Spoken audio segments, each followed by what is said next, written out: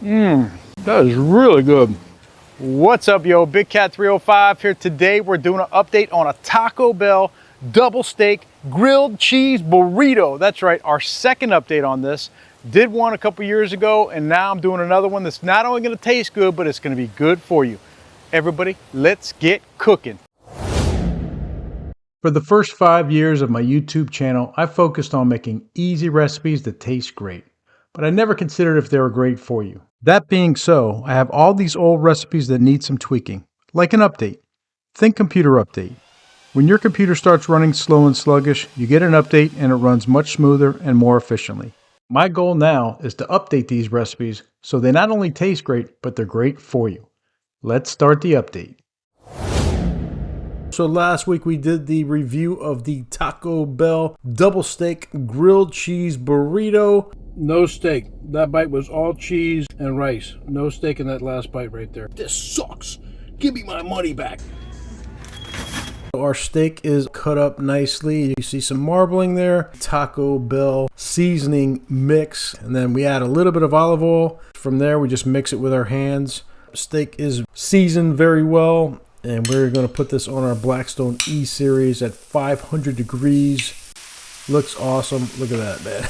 Look at that. First layer is our salsa con queso. We put a little bit of the Mexican rice. There's our red Tortilla Strips. We're going to do the double steak just like I said. So from there we put our shredded cheese, Chipotle sauce, which this stuff is really good. Our sour cream. Couple of dollops, and then we fold it up. You cannot mess this up. Mexican cheese blend right onto the griddle. So I put the cheese down first because you want it toasted. So that's when you know, okay, probably time to flip, and that's exactly what it was. So it's toasted on the one side, and this side has the grilled cheese. A ton of steak in there. Cheese all melted up. Let's give it a shot.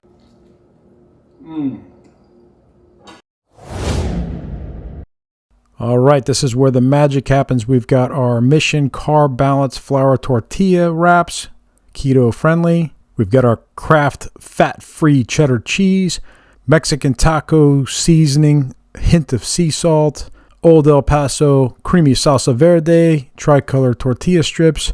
Our steak, we've got Angus sirloin tips sliced thin, cauliflower rice, which is great for keto, low carbs. Our whipped Chipotle cream cheese, can't wait to try that. And our Daisy light sour cream. Can't tell the difference. Those are the ingredients. All right, the prep is super easy. You want to freeze these steaks for about 45 minutes. They're not rock hard, but they're solid enough to be able to cut through. No problem, and you're just going to slice them in one direction, and then we're going to turn them 90 degrees and then slice in the other direction and basically cube them up. Crisscross applesauce here. I'd say about an inch, inch and a half apart. Speed it up here for you. I chose these steaks because they have about a third of the amount of fat than the strip steaks and more protein actually. 3 steaks sliced up real quick. So seasoning salt, pepper, garlic. This is going to help tenderize a little bit. And then our Mexican food truck seasoning. I can't wait to see how that comes out. And then some avocado oil just to use as a binder. We're going to mix this up with our hands. And this is a good opportunity to break them apart because they are still a little bit frozen. So we want to break each piece apart to make sure we get seasoning all over both sides of the meat. And there you go. Looks great. And you want to let that marinate for at least a half an hour in the fridge. And then nuke our cauliflower rice. Super easy. Prep is done. Let's head out to the griddle. Okay, we want to preheat that griddle to about 400, 425. Put down some avocado oil. Spread it out nice and even. Go fast for you here. And then we're going to put our meat down. Hey, it's me again. Don't forget, at the end of this video, I'm going to compare the nutritional value of the new updated recipe versus the old recipe. All right, here you just want to break up that steak so it gets cooked nice and evenly on the griddle surface. And then once you get that done, it doesn't take long to cook, and then we're going to flip it over to the other side. The goal here is just to sear it on both sides. And then you're going to always find those stragglers that didn't get turned over. Take your time. This is where it's fun, and just one by one, turn them over so you don't have any really bright red stuff.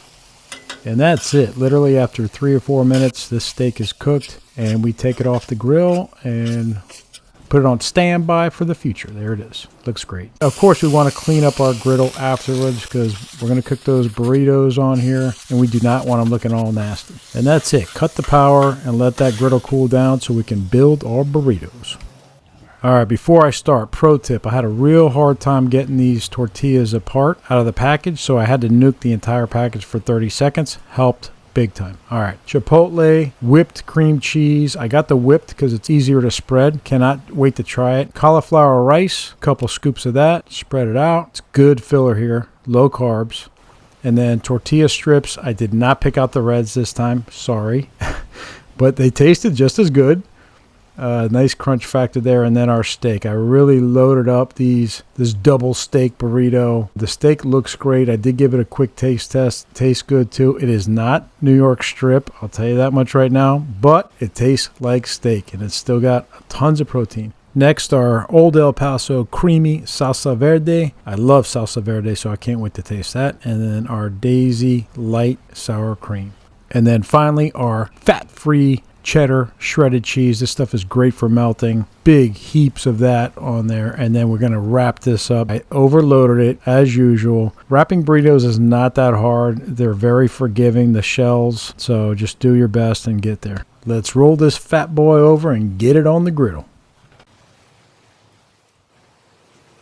All right, griddle is prepped again. We got it about 350 degrees. And I like to put the burritos down, folded side down. Yes, I made a second one for Mrs. Big Cat, absolutely. I heat them folded side down first because it keeps them in place better. So I flip them back over to the other side now and move them out of the way. And here's where I'm going to prep the center for the grilled cheese. So a little bit of avocado oil, spread it out there. And then we're going to put some cheese down right where we're going to put those burritos. My first time using this cheese for this application here, so we'll see how it works.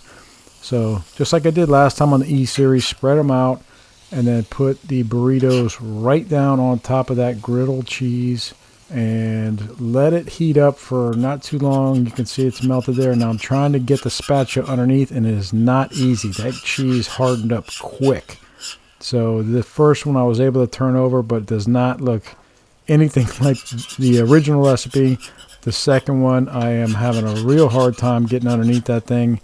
I roll this sucker over and boom, disaster. The cheese hardened up, then stuck together, and I had to get rid of it, and it was hot. Yikes. So you don't want to give up on this. I decided to take off the other one and start over. I cleaned a little spot there, put some more avocado oil, spread that out, put the rest of the cheese that I had left, which is not a lot, but it's enough, and then started again. This time I put the burrito down on top of the cheese. I did not let it sit quite as long, and I was able to get underneath that, flip it over, and make it salvageable, and there you go. That's what we ended up with. Let's go check it out. Whoo-wee! All right. You know what they say, never judge a book by its cover.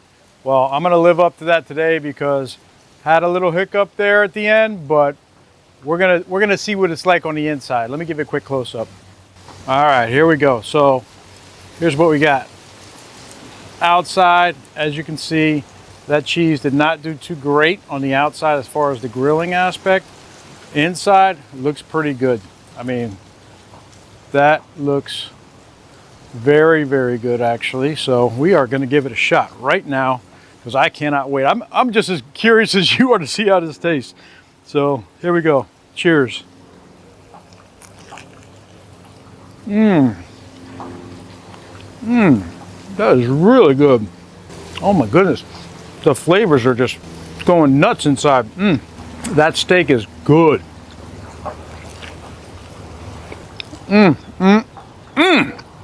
All right, that tastes great. We'll talk about it more inside, but definitely passed the taste test. Let's go check out the stats.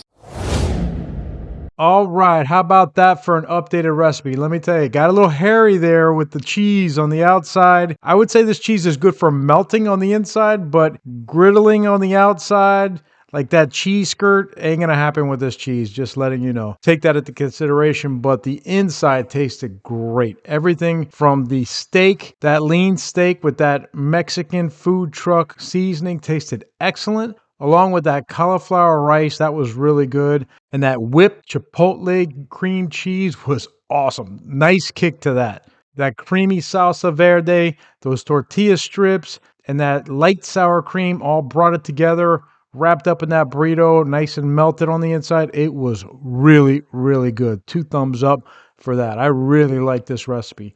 Now, let's see how good it is for you. I'm going to go ahead and share my screen. So the first highlight is the saturated fat.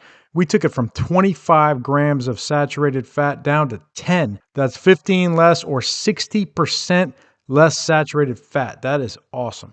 Protein still standing super strong at 70. And then the fiber, we went from 2 grams of fiber to up to 30 grams of fiber, which is great. 28 more grams of fiber, 1,400% more grams. So that high fiber bounces off those carbs, brings it down to a net carbs of 15, along with that protein of 70. I would say this is a great keto recipe. And then the sodium, we went from 2,177 milligrams of sodium down to 1,202. Almost 1,000 less or 45% less milligrams of sodium, which is great.